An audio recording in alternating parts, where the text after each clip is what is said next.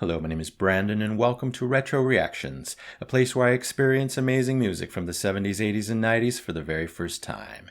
And yes, it's a double Floyd weekend.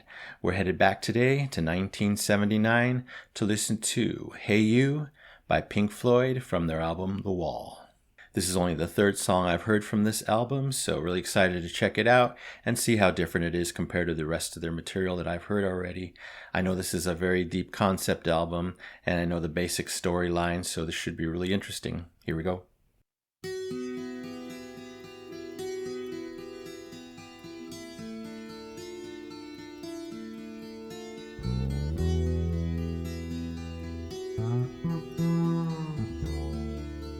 Very dark already.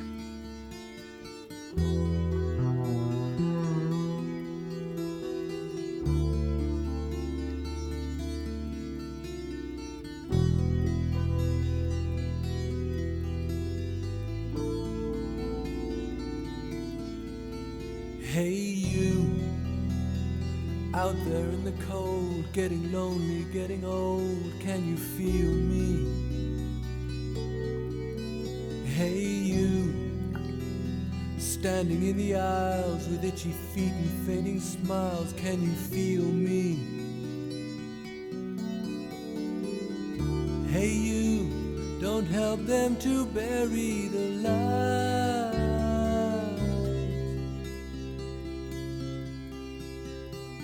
Don't give in without a fight.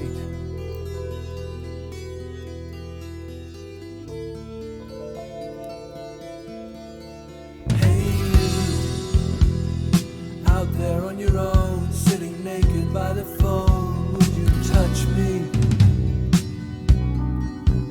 Hey you, with your ear against the wall, waiting for someone to call out, would you touch me? Hey you, would you help me to carry the stone?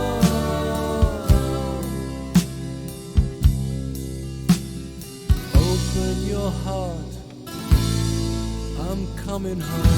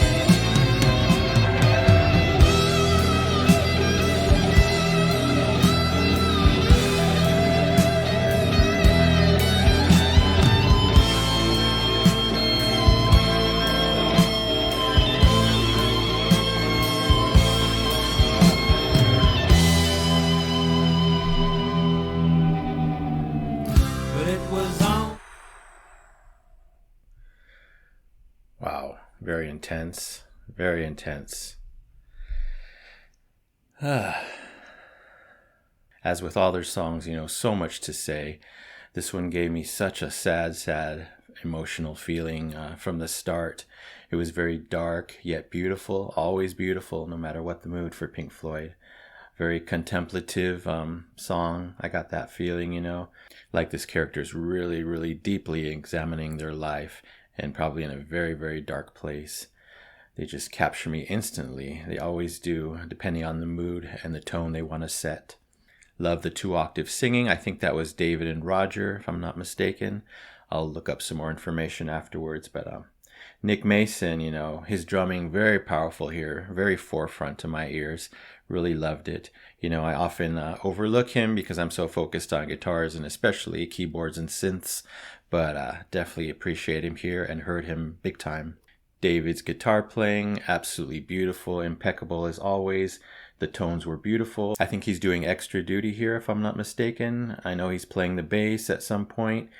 maybe through the whole song, and then also an electric guitar and a pedal steel guitar, if I'm not mistaken. So just amazing work by him as always, amazing vocals by him as always. Just absolutely love it all. got many chills and several points in this short, almost 3 minute section that I heard. And that just tells you how powerful this song is. Wow, if the rest of the album is like this, incredible.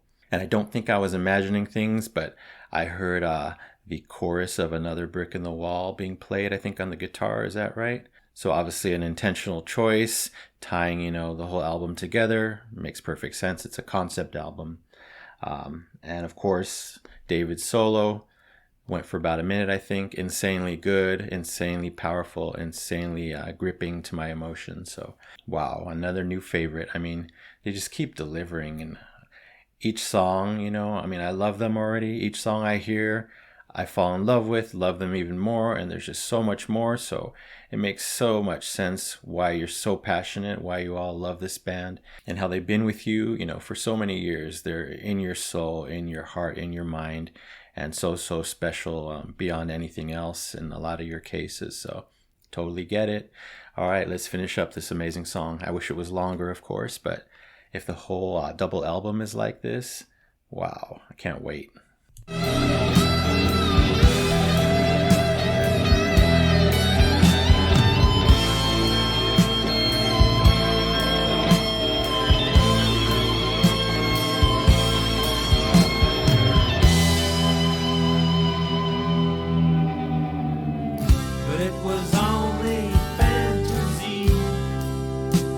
Roger.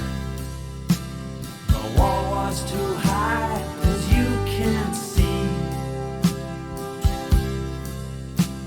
No matter how he tried, he could not break free.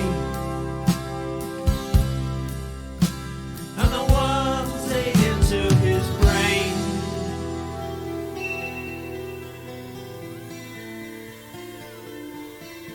Oh, those arpeggios get me.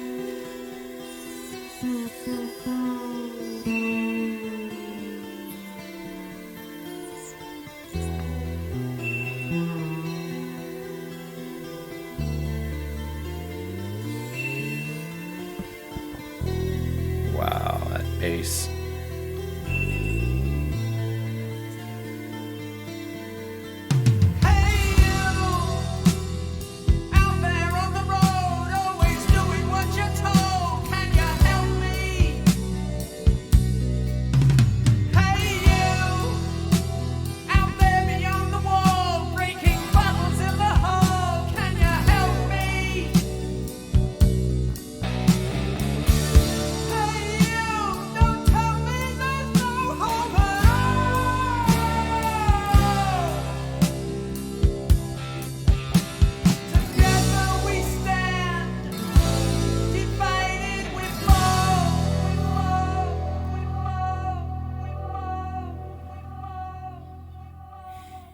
Insanely good. They capture the deep sadness of this character's life perfectly in the music, perfectly in the lyrics. And they always manage to achieve that 100%. I think when Roger came in and started singing, there was a little bit of positivity in the music there, but that was the only small section. And they went right back to the solemn, somber tone of the song. And I absolutely love that, of course. More goodness going on in that last section that I heard. I love Pink Floyd because there's always multiple, we'll call them gold nuggets in each song to grasp onto, to please the ear, to please the soul. And they always give different combinations depending on the song. And, it's more, they give more than a lot of bands do. I mean, a band can give a straightforward, amazing song, and that's perfect, and it can really resonate, but they go the extra mile in providing, so much, so many different ideas musically, non-musically, for instance, that worm sound, apparently that was made by some kind of drill, and, I did quick research there, and just the effects they use on their instruments, on their vocals, the concepts, the switching between singers, the just everything, you never know what you're going to get, and got some amazing stuff in this song. That's to be expected with this band. Just the fact that there's two lead singers here and Roger took over in the second half, that's a turn in itself. It turned the whole song, to a different direction. Of course, I prefer David's voice more if I had to choose, but They're both great singers. They both fit with their music perfectly as far as their vocal tone and vocal style. And he added some extra flavor here. He went an octave higher at one section, gave it more impact. The echoed vocals at the very end, extra impact. They didn't have to do that, but they went that extra mile, like I said, kind of like they do in Dogs with the stone, stone, stone. And, it all just makes a difference. Every choice they make makes a difference into making the song that incredible. And again, Nick Mason, great on this one. Had some great drum fills going on there at the end. Very powerful, very forefront, and really captured me. So appreciate him. And of course, all four of them involved in this masterpiece. So on first read, it seems clear that most of the song is talking from Pink's point of view, which I know is the imaginary character in this whole album. He's looking out, trying to reach out to people on the outside. He's trying to connect and actually asking for help, almost begging for help.